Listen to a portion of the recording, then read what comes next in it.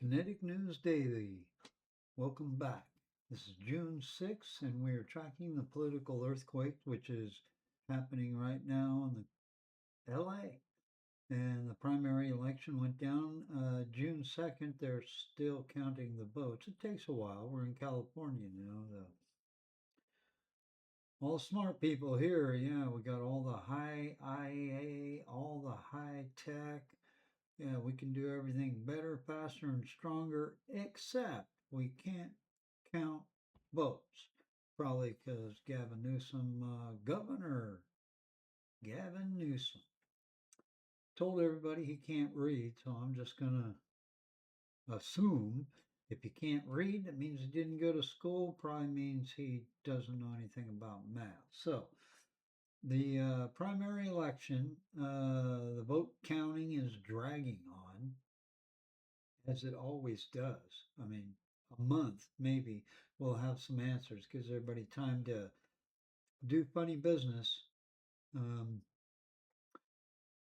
and it's a massive war that is heading our way come November. That's for certain. No single candidate came close to the 50% majority, and I think that's a little bit off. I think Steve actually did, but we're not going to hear about it for sure. But as it stands, nobody got the 50%. So this means the top two candidates are heading for a high stakes runoff. The numbers break down sort of like this. Depends on how much trust you want to read in the actual numbers. Um, Directly looking at the hard numbers, there's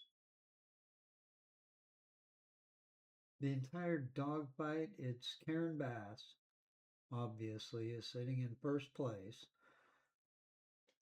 35% of the vote. So my guesstimation would say she's probably in the 30% range, and they're jacking her up some, but whatever. Uh, the establishment, institutional backed mayors, 35%.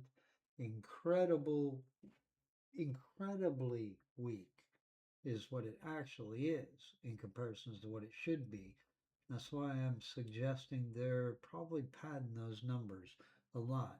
At the same time, they're downplaying Spencer Pratt's numbers. Now, I did a show on this brief mayor race in the last show or a couple shows ago, and the Spencer Pratt numbers I was getting out of that was making him non-existent. That's why I was questioning the way things were coming out. So I looked into it some more, and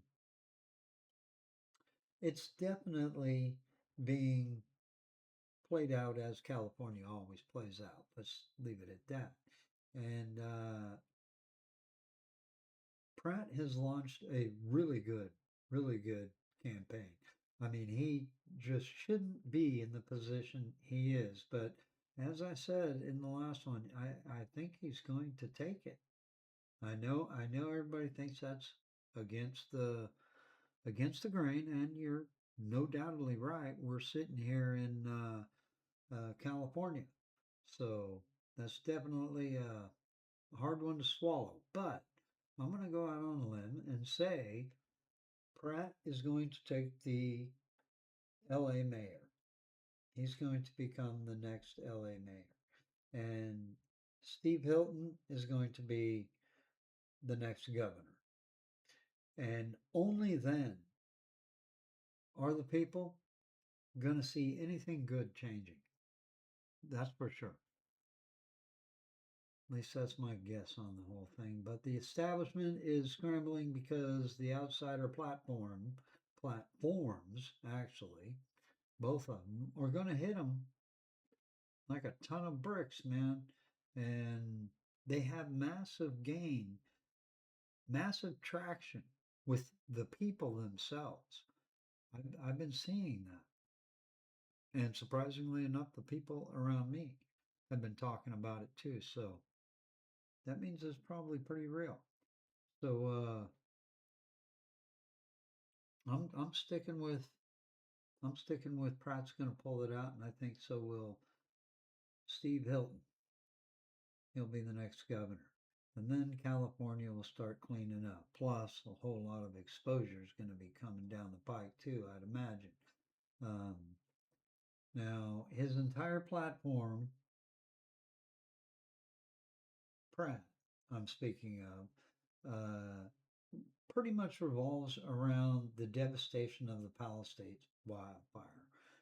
His entire platform targets City Hall's failures, crime, homeless, basic energy management, which there is none, except for run it into the ground. If you want to call that running something, you're running it in, or they are running it into the ground. Certainly, Karen Bass has been.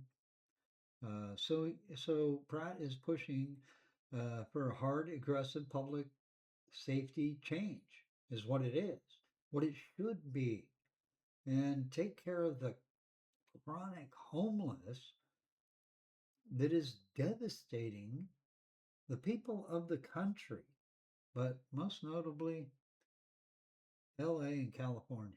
Most notably, I think I heard somewhere it was like 45% of all the homeless are in California. You can check those numbers. I think they're pretty much right on. I think I heard them right. But then again, I might have heard a little bit slightly wrong. Or you could call it my own bias, saying, well, we took your numbers and we'll add 5%. Something like that, probably. But Pratt has a secured high profile backing, and I think he's going to do it. He's got Trump behind him, and both of them too. So, and you got the people of California who are have just had enough. I mean, just had it, and nothing is going to Einstein's definition of insanity. Keep doing the same thing again and again and again. Each time you expect the same result or a different result. But the fact is, we keep doing the same thing. You keep voting Democrat, they keep taking the money. No roads are getting fixed. The homeless problem's not fixed. Inflation's not fixed. Gas prices are through the roof.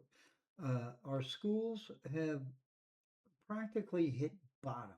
I would say if we were to put a number on the school for the state of California, I would say we're less than 25.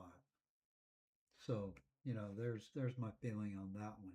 But either way, we need to turn the ship around, and this ship is not going to get turned around under the same helm. So it's time to change people at the helm. So this is what we got in front of us. We got outsider surge means for California. I think it's a I think it's a reset. Hopefully, it's a reset. That's all I can That's all any of us can hope for. And we can stick together, band together, help each other. Okay. Hope you like, subscribe, follow, share, buy yourself a book over your PayHip. Um, they're entertaining, they're short reads, they're nice, and they're only a couple bucks. So it helps the show out, helps everything out. So hope to see you here next time. Kinetic News Daily. We are live, we are real, and now we are out. Hope to see you next time.